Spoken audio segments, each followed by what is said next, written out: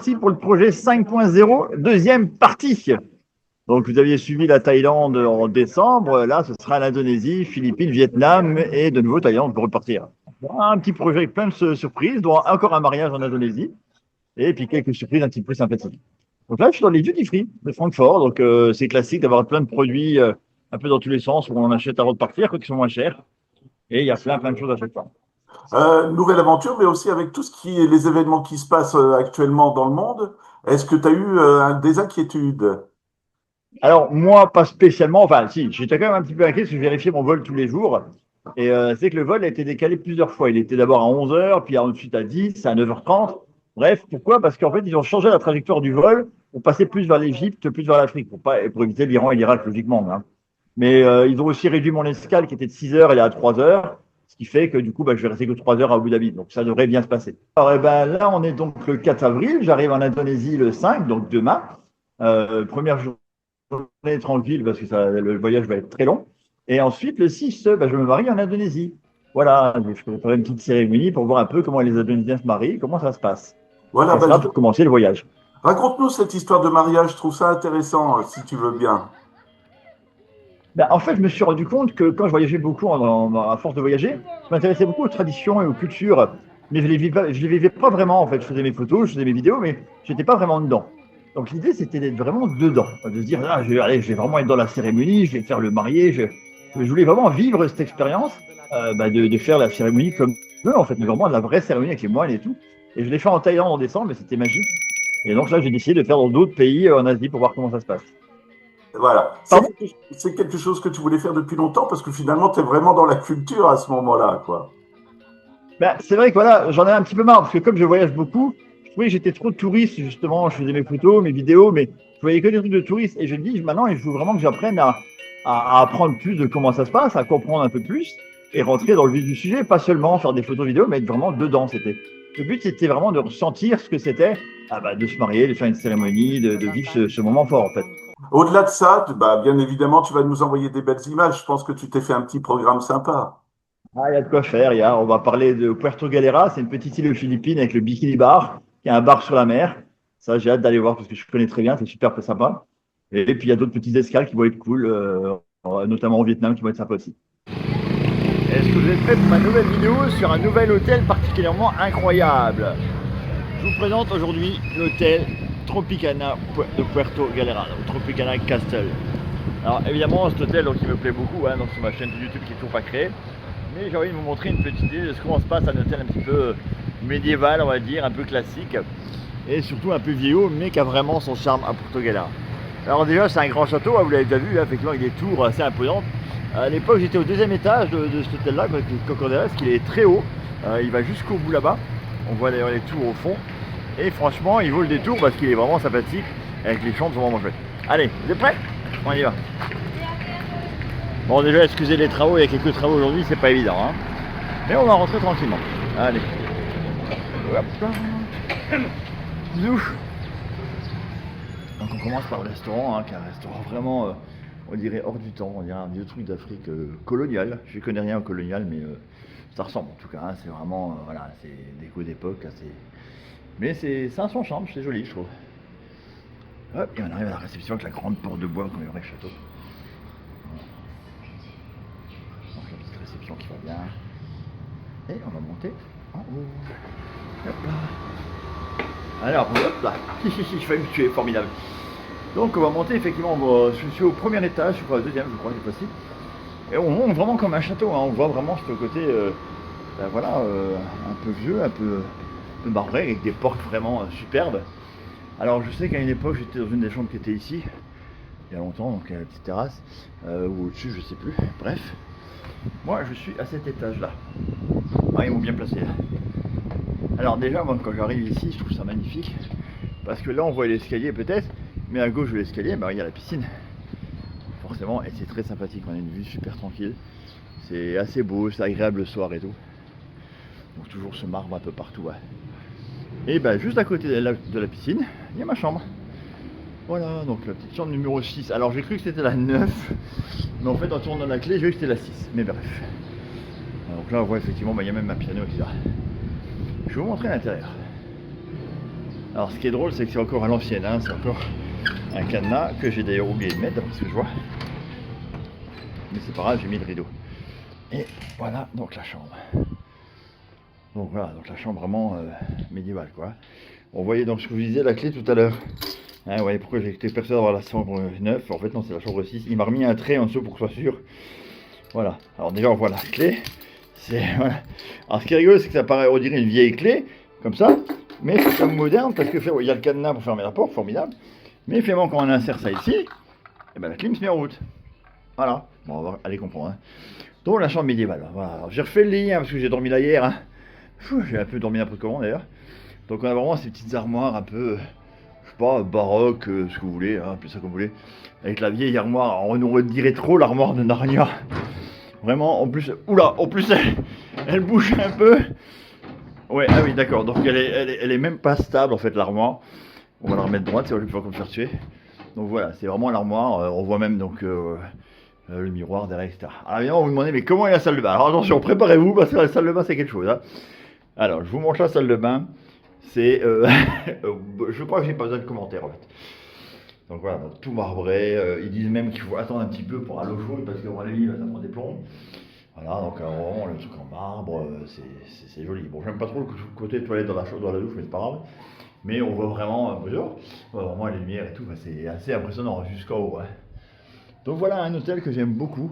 Parce que je trouve qu'il est classe, il a l'air des vieillots peut-être, mais il a son charme des vieils hôtels philippins qui est tenu par un Anglais, je crois.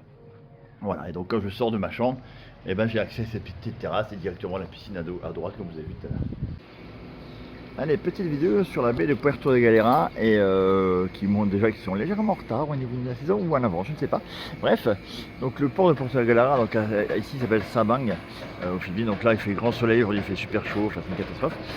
C'est super beau. Alors l'attraction locale ici que j'avais découvert à l'époque, c'était le Bikini Bar, le fameux bar qui est au fond là-bas. Hein. Alors, en fait c'est un petit bateau qui va et vous pouvez boire un coup. Voilà, le problème apparemment c'est que c'est la marée haute et puis le bateau ne fonctionne pas, enfin bref il y a un souci. Et du coup on pourra peut-être pas y aller aujourd'hui, c'est pas bien grave. Mais à l'époque, donc j'avais pris ce petit bateau là et j'avais été boire un coup au bord de l'eau qu'on voit là-haut. Alors je vais essayer de le zoomer, voilà. Voilà, ce bar qui est là. Hein. Donc c'est un peu une attraction locale, quoi, on va dire. Hein. Voilà, les gens boivent un coup au bord de l'eau, c'était sympa, j'avais bu un petit bière. C'était même ouvert très tard le soir à l'époque, mais là maintenant c'est que de la journée. Bon bah les choses changent, hein. Mais j'avais trouvé cette attraction assez cool. Sinon le résultat ici c'est plutôt des plongeurs, il y a un petit casino là-bas, genre boîte de nuit on va dire entre guillemets. Et bah l'île est super. Voilà. Et bah c'est pas grave, on va se trouver un petit scooter et puis on va aller vers Puerto Galera, qui est donc l'autre partie de Sabang, pour vous donner une petite idée. Voilà. Alors petit arrêt à White Beach, je viens d'apprendre que mon téléphone enlève de fonction quand il fait trop chaud. En plus il y a du soleil en crevé. Donc je vois quasiment rien, ni sur le portable ni rien, et je suis en contre-jour à mort, donc c'est vraiment pas évident. Donc j'essaie de vous montrer des images du matin chez vous, mais de l'après-midi chez moi à White Beach. C'est une des plages les plus célèbres de Puerto Galera, pour dire c'est certainement la plus belle je pense. Et voilà, j'ai pris un petit scooter pour y aller, parce qu'elle est environ à 10 km du centre. Bon, le scooter ça va, j'ai géré, on va dire ça. Donc voilà, donc pour vous réveiller ou vous endormir, je ne sais pas, la plage de White Beach, Puerto Galera aux Philippines.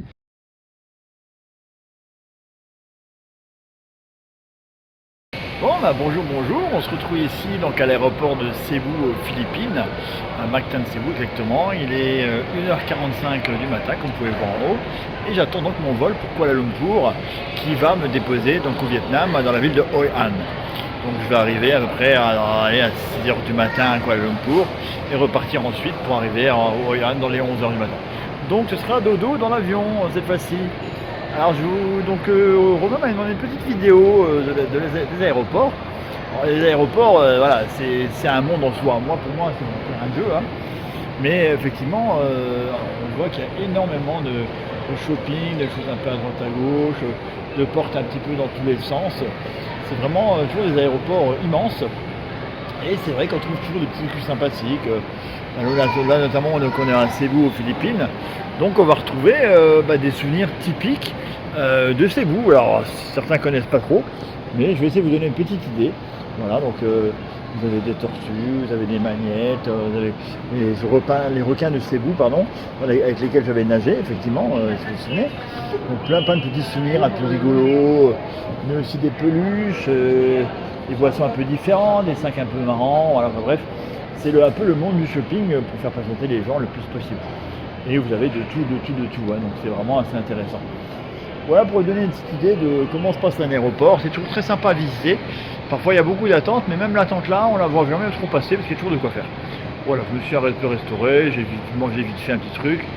Bon, voilà, il y a même un Burger King là-bas au fond qui m'attendait, donc au cas où, je ne suis pas perdu. Voilà, c'était une petite vidéo des aéroports que je traverse et voyage en visitant régulièrement, on va dire, et où je vois toujours plein de choses intéressantes. Et c'est vrai que des fois c'est assez drôle. Là j'ai même croisé du chocolat de Dubaï tout à l'heure, le fameux chocolat vert. Je vais vous le montrer avant de finir.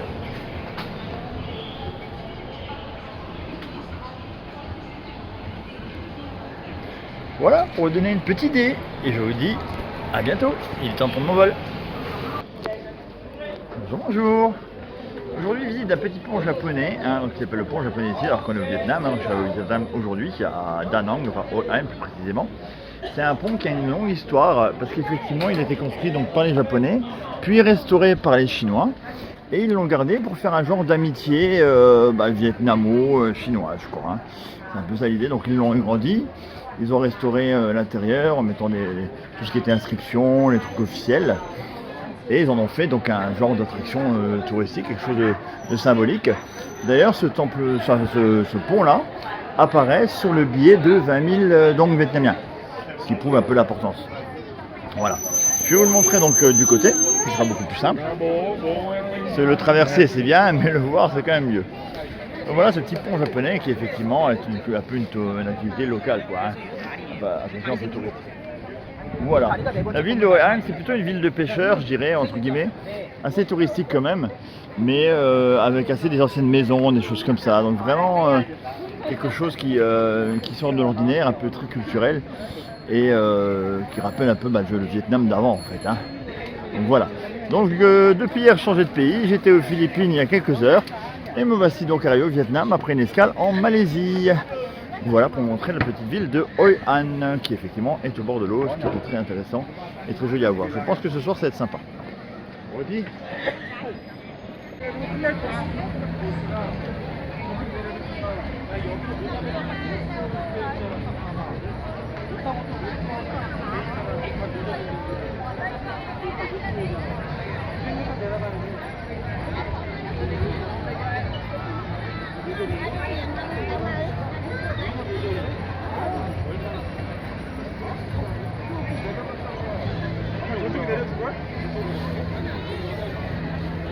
Allez, encore une fois, pour ceux qui veulent m'accompagner dans mes voyages, eh ben venez avec moi. Regardez. Hein? Qui c'est qui veut s'amuser à venir avec moi à monter tout ça? Vous êtes prêts? Aujourd'hui, je voulais vous montrer les montagnes de marbre, qui est en fait une visite des montagnes, mais aussi de l'intérieur et de l'extérieur. L'intérieur, c'est un labyrinthe d'escaliers, de grottes, de Bouddha, etc. C'est impressionnant. Donc c'est vraiment dans tous les sens. Et plus on se balade, en fait, plus on se perd. Et c'est assez fou. Alors, je vais essayer de pas me tuer. Hop là. Ouais, regardez, on arrive dans une autre cave. Et dans l'autre cave, voilà, c'est... Et puis alors c'est mieux, on y va plus en avance.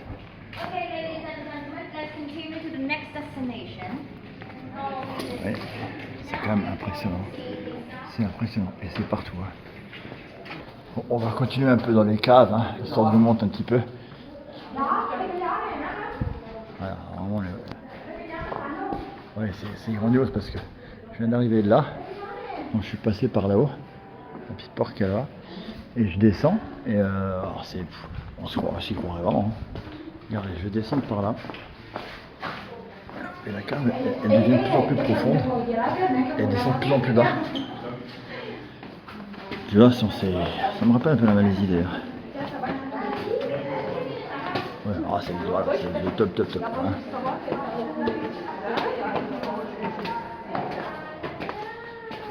C'est vraiment impressionnant. Aujourd'hui, on s'attaque à Bana Hills Sunwall. Alors, c'est un genre de grand parc d'attraction en fait, hein, qui est perché en haut de la montagne avec des téléphériques pour rejoindre beaucoup de bâtiments, beaucoup d'hôtels, beaucoup d'attractions, beaucoup de choses, et qui apparemment a été à la base construite par des Français, donc pour des Français. Voilà, donc un monde assez immense, ça a l'air vraiment sympa. J'ai hâte d'aller voir un peu tout ça. C'est très grand, très haut, il y a beaucoup de choses à voir. Un genre de parc d'attraction, comme j'en ai pas fait dans ce tour-là, donc voilà. Vraiment un parc d'attraction à part entière en fait. Hein. Alors il n'y a pas vraiment de manège, il y a quelques roller coasters un peu dans les Alpes, dans les montagnes, mais ouais, si quand même. Mais je veux dire, c'est vraiment niveau architecture et niveau visite, c'est impressionnant. C'est quand même, il y a quand même beaucoup de monde quand même. Hein. Je veux dire, c'est ouais, partout où on essaie de regarder, c'est super beau quoi. Je veux dire, il y a toujours des choses quoi. Et là, je me suis perdu. Alors, le plus fou à Bana Hills, c'est que même quand tu penses avoir tout vu, tu trouves encore une partie souterraine. Là, je suis au 3e sous-sol d'une tour que j'ai trouvée par hasard. Et je me dis, bah tiens, je sais pas trop pourquoi je vais aller en dessous voir ce qui se passe. Et en fait, bah, au sous-sol, il y a encore des attractions qui sont pas visibles de l'extérieur. Mais alors, c'est zone de fou. Hein. Partout, c'est incroyable. Je sais pas combien de temps je vais mettre à voir tout ça. Mais voilà, en fait, ça va dans le dôme que j'ai vu tout à l'heure. Je pensais même pas qu'il y avait quelque chose en dessous. Donc c'est quand même pas mal. Hein. Pas trop, il y a pas mal d'attractions, je sais pas trop quoi faire ou j'en sais rien. Je vais me balader, je verrai bien. Oh, quelle folie. Trop drôle. Party room. Ah, c'est quand même chouette, hein.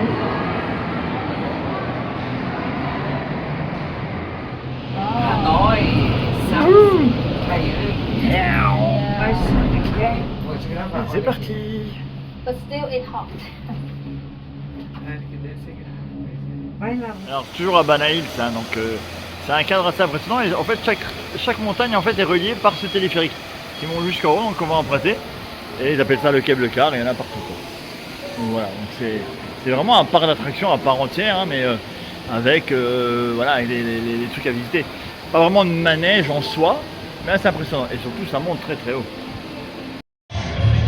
Allez, on va aller visiter donc le Pop Mart, c'est certainement le plus grand du monde, donc il se trouve derrière moi. Et là vraiment c'est rare que aussi, c'est immense. Je le découvre en même temps que vous. Hein. Je ne suis pas encore allé. Voilà, déjà rien que la figurine de Rose. Donc il y a l'air d'avoir des dizaines de milliers de Pop Mart maintenant. Alors, je pense pour ceux qui connaissent, ça vient dans tout ce qui est les petites figurines quoi. Hein. Hop là, allez. Bon, déjà on commence avec des très grands, mais un peu de tout, des Laboubou, des Skull Panda que je connais aussi déjà. On arrive vraiment, voilà. C'est inimaginable. Bon, oui. C'est inimaginable. Il y en a partout, c'est juste beau. C'est super chouette.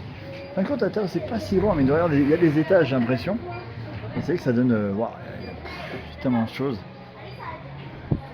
Je vais offrir ça à mes j'ai pas fini. Hein. Alors le seul problème que j'aime pas du tout avec les labous, les machins, c'est toujours ce système de hasard. C'est-à-dire qu'on prend une figurine dans une boîte, n'importe laquelle, et on sait jamais, mais jamais laquelle on va avoir. Donc c'est pour favoriser les collections. Hein. Mais je veux dire, c'est quand même super dommage de ne pas pouvoir choisir la figurine qu'on a envie. Oh, les mini télétubbies. Ah, c'est franchement super. Hein. Je retourne un peu à la place de départ, je me balade un peu dans tous les sens. Là, c'est vraiment, il y en a partout. Et ouais, on dirait un mélange d'Europa Park et Disney à la française, en Vietnam et tout. Bah, c'est quand même, ouais, là on va marcher médiéval, hein. Je pense qu'il va manquer un D.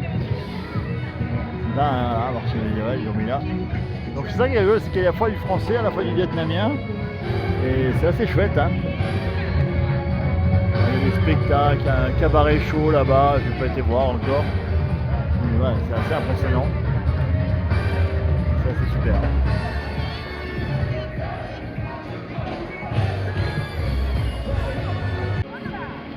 Et donc le top de l'expédition, c'est ce fameux Golden Bridge. Hein. Alors apparemment c'est une copie de celui-là qui est en Chine, effectivement, mais ils savent pas trop que c'est la copie qui enfin bref. Mais voilà, c'est impressionnant. Hein. Ouais, pas comme ça, mais bon. Donc on se balade comme ça, entre les deux mains, tu sais, super joli.